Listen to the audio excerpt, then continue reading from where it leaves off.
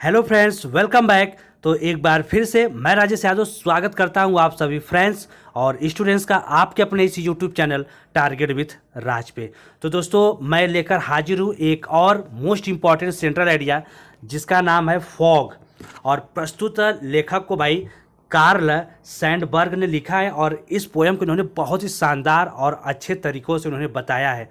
जिस प्रकार से कोहरा है ना जी, कोहरा जो आपको दिसंबर और जनवरी के महीने में देखने को मिलती है, तो इसी को लेखक कोहरे को बिल्ली से तुलना किए हैं। जैसे एक बिल्ली चुपचाप अपने शिकार को करने के लिए दबे पांव अंदर घर में प्रवेश करती है, तो ठीक इसी तरह से कोहरा भी जो है इस संसार को सबसे नज़रें बचा के इस पूरे संसार को, शहर को, गांव को ढक लेती है और लोगों को पता भी नहीं चलता है।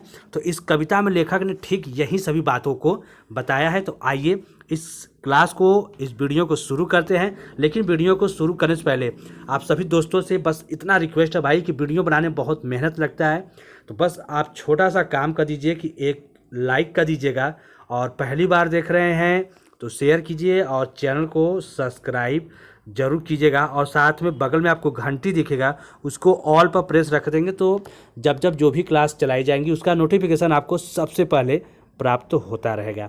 ठीक है दोस्तों, तो चलिए हम आपका ज़्यादा टाइम लेंगे नहीं, शुरू करते हैं। फॉग सेंट्रल आइडिया, और बहुत इंपॉर्टेंट और छोटा सा सेंट्रल आइडिया है, इसको आप लोग जरूर तैयार कीजिएगा और वीडियो को लाइक जरूर करते चलिएगा। ठीक है, तो इसमें कह रहा है कि the poem fog composed bye Karl Sandberg. और जो भी लेसन का सेंट्रल आइडिया आप लिखिएगा, सबसे पहला काम कि आप राइटर का नाम लिख देंगे ना, तो एग्जामिनर के ऊपर सबसे पहला प्रभाव तो आपने लेखक का नाम डाल के सही सही छोड़ दिया है प्रभाव, तो यहाँ से एग्जामिनर आपकी कॉपी को बहुत ही अच्छे से चेक कर देगा, यहाँ तक कि उसको पढ़ने की नौबत भी नहीं आएगी, क्योंकि उसने ये जान लिया है कि आपको सेंट्रल आइडिया के बारे में अच्छी खासी जानकारी है, आपने अच्छे से तैयारी की हुई है। तो उसके बाद आप क्या राइट करते हो वो मायने नहीं रखता है। आपने शुरू में इंप्रेशन जमा दिया तो first impression is the last impression कहा जाता है जी, तो वहाँ पर यही चीज़ होगा। ठीक है, और सेंट्रल आइडिया में फुल मार्क्स पाने का यही बेस्ट तरीका है कि कैसे आप फुल मार्क्स ला सकते हो। और इस पोएम फॉग को राइटर कार्ल सैंडबर्ग ने राइट किया है, और उन्होंने कहा कि in this poem it is said, और प्रस्तुत कविता में कहा गया है डैट की नेचर इज एलाइव, कि प्रकृति यानी जो प्रकृति है वो हमेशा जीवित रहता है, वह कभी भी नष्ट होने वाला नहीं है। The poet compares the movement of fog with that of cat, और प्रस्तुत कविता में न जी लेखक ने यही कंपेयर किया, यही तुलना किया है कि जो कोहरा होता है, जो कुहासा होता है, वो भी बिल्ली की तरह गति करता रहता है। अब कैसे गति करता है? अकॉर्डिंग टू हिम, इनके अनुसार, किनके, लेखक के अनुसार, the fog comes silently like a cat on its feet.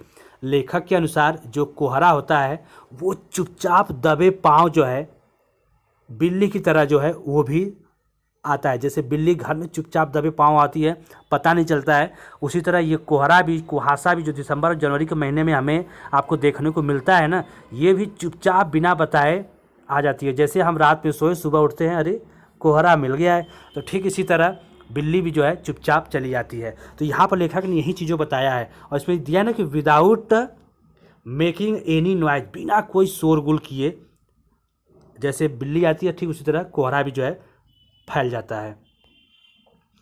आगे कह रहा है after coming it's looking over the city as well as a dog and does not make any movement.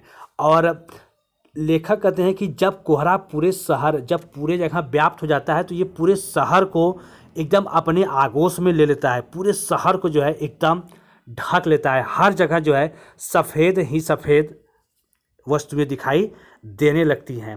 And does not make any movement, और तब कोई गति नहीं होती है। जब पूरा कोहरा हर जगह व्याप्त हो जाता है तब वहाँ पर किसी प्रकार की कोई गति आपको देखने को नहीं मिलती है, जो जैसे तहाँ पर स्थिर हो जाता है।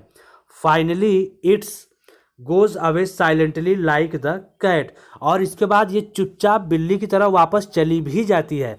जैसे चुपचाप बिल्ली आती है, पता नहीं चलता है, तो ठीक उसी तरह चुपचाप ये वापस चली भी जाती है और लोगों को पता भी नहीं चलता। हैंस इस प्रकार से the fog is independent like the cat and patience as well. तो इस प्रकार से देखिए जी, यहाँ पेशेंट हो गया, यहाँ पर पेशेंस होना चाहिए, PATIENCE हो जाएगा जी, ठीक है, CE पेशेंस। कहता है कि इस प्रकार से ये हम कह सकते हैं कि कोहरा जो है ये स्वतंत्र रूप से है और लोगों को धैर्य रखना चाहिए। पेशेंस, लोगों को धैर्य रखना चाहिए कि जैसे बिल्ली आती है वह चुपचाप कुछ समय बाद वो वापस चली जाती है, लोग धैर्य रखते हैं, तो लोगों को ये भी धैर्य रखना चाहिए कि अगर शहर में कोहरा व्याप्त है तो कुछ समय ये कोहरा भी जो है यहाँ से छट जाएगा।